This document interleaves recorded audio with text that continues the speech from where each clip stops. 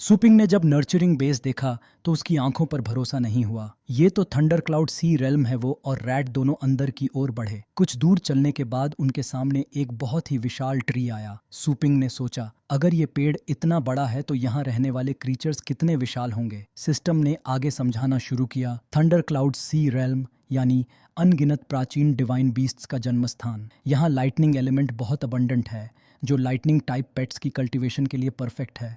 यहाँ पर 100 मीटर से छोटे जायंट बीस्ट्स मिलने की प्रोबेबिलिटी हाई है। 1000 मीटर के विशाल बीस्ट्स मिलने की संभावना भी हाई है, लेकिन उससे भी बड़े बीस्ट्स मिलने की प्रोबेबिलिटी बहुत लो है। थंडर क्लाउड सी रेल्म में 10,000 मीटर या उससे भी बड़े जायंट बीस्ट से सामना होना एक्सट्रीमली लो प्रोबेबिलिटी मानी जाती है। लेकिन फिर भी ये सो कॉल्ड न्यूबी एरिया काफी डरावना था। 100 मीटर के बीस्ट्स का सामना होने का चांस बहुत हाई था, लेकिन हर जगह जरूरी नहीं। जहां तक 10,000 मीटर से बड़े बीस्ट्स का सवाल है, वो ऑलमोस्ट रेयर ही होते हैं। सुइंग बहुत एक्साइटेड हो गया और सोचा, ये तो बस डराने की बातें हैं। लेकिन उसी पल एक 10,000 मीटर से भी बड़ा बीस्ट उसके सिर के ऊपर से उड़ता हुआ निकल गया। हे भगवान, ये तो जिंदगी का पहला बड़ा शौक है। फिर अचानक बीस्ट किंग ने एक जबरदस्त मूव छोड़ा। System host has died. Sewing घबराकर चिल्लाया, ये अभी क्या हुआ? क्या मैं सच में मर गया? सिस्टम ने रिप्लाई दिया, 0.73 सेकंड्स पहले होस्ट बीस्ट किंग के हाथों मारा गया। अब आप रेजरेक्शन स्पेस में हो, रिवाइवल का इंतजार कर रहे हो। वार्निंग, अगर मिशन टाइम पर पूरा नहीं हुआ तो होस्ट के पॉइंट्स कम कर दिए जाएंगे, और अगर डेडलाइन से पहले कल्टीवेशन एरिया छोड़ा तो भी पनिशमेंट मिलेगा। सिस्टम, अगर होस्ट के पॉइंट्स 60 से नीचे गए तो ये मिशन फेलियर माना जाएगा और उस हालत में होस्ट को डिलीट कर दिया जाएगा। स्विंग घबराकर बोला, अरे अरे सिस्टम, ये बात पहले क्यों नहीं बताई? अभी मेरे पास कितने पॉइंट्स हैं? सिस्टम, क्या तुम्हें ये स्क्रॉल बार दिख रहा है? इसे नीचे स्वाइप करो और तुम्हें मिशन के रिवॉर्ड्स और पनिशमेंट्स दिखाई देंगे। इसके अलावा तुम्हारे पॉइंट्स ऑलरेडी बहुत लो हैं, इसलिए तुम्हें अपने पॉइंट्स देखने का अधिकार नहीं है। सुइंग चिढ़कर बोला, डैम इट सिस्टम, तू मुझे बेवकूफ बना रहा है। क्या न्यूबी विलेज में बीस्ट किंग रहने का क्या मतलब? एनकाउंटर होना तो लो प्रोबेबिलिटी इवेंट होना चाहिए था। सिस्टम, कामली होस्ट को चाहिए कि पहले सूटेबल प्रे फाइंड करे और उसे किल करे। इसके अलावा होस्ट की परसेप्शन एबिलिटी बहुत लो है। सजेशन है कि आप अपने पेट के साथ एक टेम्पररी कॉन्ट्रैक्ट साइन करो। स्विंग, ठीक है, लेकिन पहले जल्दी रिवाइव तो कर मुझे। System host has been revived. System host successfully revived. अब टेम्पररी कॉन्ट्रैक्ट प्रोसेस शुरू हो रहा है। होस्ट की इमोशंस और परसेप्शंस थंडरलाइट रैट से लिंक हो गई हैं। अगर कोई असुविधा हो तो धीरे धीरे अडेप्ट कर लो। आपकी एडवेंचर के लिए शुभकामनाएं। आगे रास्ते में सुपिंग ने देखा एक घोड़ा आराम से घास खा रहा था। उसने सोचा, ये तो अच्छा मौका है, लेकिन तभी उसने अपने पेट की फियरफुल फीलिंग्स महसूस की। लगता है यहाँ कुछ गड़बड़ है। अचानक जमीन हिली और एक विशालकाय जायंट सेंटीपीड बाहर निकला। उसने घोड़े को एक ही वार में आधा काट दिया। सुपिंग चौंक गया, ये तो 10 मीटर का बीस्ट है, लेसर पॉइजन सेंटीपीड, पर ये 100 मीटर तो नहीं है।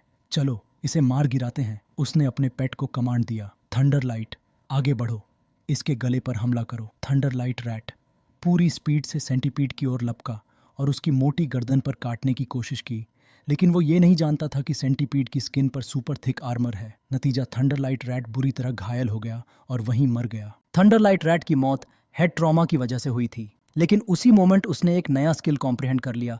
कॉलिजन पर इस स्किल को यूज करने के लिए उसका रिवाइव होना जरूरी था। सुपिंग सोचने लगा, गुड थिंग कि सिस्टम ने इन्फिनिट रिवाइव एबिलिटी दी है, वरना अगर मेरे पास 9 जान भी होती तब भी मैं इतना रेकलेस मूव करने की हिम्मत नहीं करता। System, Thunderlight rat has been revived. Revive होते ही थंडरलाइट रैट ने सुपिंग के आदेश मानकर नया अटैक मेथड डिस्प्ले किया। अब वो बेवकूफ़ी से आर्मर पर सीधा नहीं टकराया, बल्कि पूरी ताकत से उस सेंटीपीड की पीठ और पेट के बीच वाले गैप पर जोरदार कलिजन किया, और ये काम कर गया। अटैक इफेक्टिव था। सुपिंग खुशी मनाने ही वाला था कि तभी पास ही छुपा एक और जायंट पॉइजन सेंटीपीड अचानक निकला। उसने सुपिंग को आधा काट डाला। इधर थंडरलाइट रैट की हालत भी खराब हो गई। उसकी इंटरनल ऑर्गन्स बुरी तरह से फट गईं और वो फिर से मर गया। सुपिंग चीख पड़ा, रिवाइव रिवाइव, थंडरलाइट रैट तुम हारना मत, परसिवियर करो, जल्दी रिवाइव हो जाओ। बार बार रिवाइव होकर थंडरलाइट रैट लगातार कोलिजन स्किल का इस्तेमाल करता रहा। धीरे धीरे उसकी बिजली इवॉल्व होकर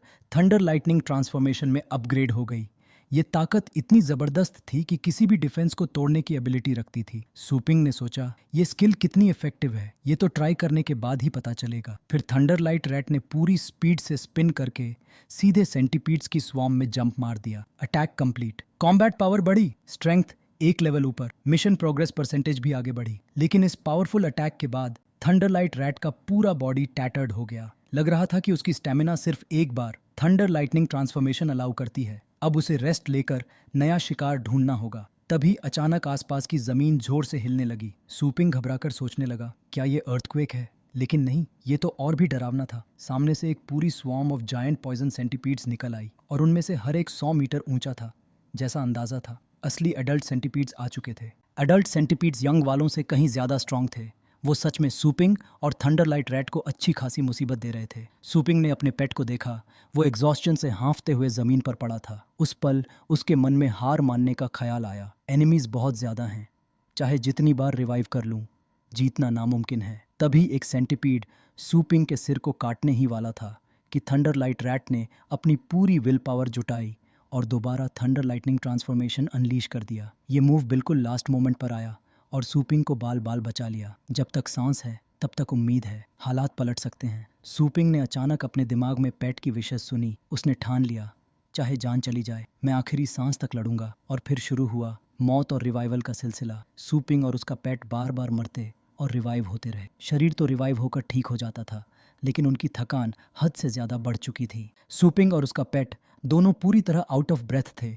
तभी सिस्टम फाइनली प्रकट हुआ और बोला, सिस्टम, ये सब तुम्हारी मेंटल स्ट्रेंथ की डिप्लीशन की वजह से है। फ्यूचर में जब भी कॉम्बैट पावर ट्रेन करो तो साथ में अपनी मेंटालिटी भी स्ट्रांग बनाना जरूरी है। सूपिंग ने सोचा, ओह तो ये बात है। चाहे कार कितनी भी अच्छी क्यों ना हो, बिना गैस के बेकार है। थोड़े से समय का फायदा उठाकर थंडरलाइट रैट रॉक्स के पीछे छुपकर हल्की हल्की चर्पिंग करने लगा। इसी बीच सूपिंग ने महसूस किया कि यहाँ का टेरेन उस जगह से काफी अलग है जहाँ जायंट पॉइजन सेंटीपीड था। असल में वो अब तक जिस जमीन पर खड़ा था वो कोई साधारण जमीन नहीं थी। वो दरअसल एक स्टोन टेंटिकल मॉन्स्टर था, 10 मीटर लंबा बीस्ट। ये क्रीचर बेहद अगली था और लड़ाई भी गंदी ट्रिक्स से करता था। अचानक उसने सूपिंग की ओर जबरदस्त एसिड स्प्रे कर दिया, लेकिन सूपिंग की क्विक रिफ्लेक्सेस ने उसे बचा लिया, वरना वो एक ही पल में खत्म हो गया होता।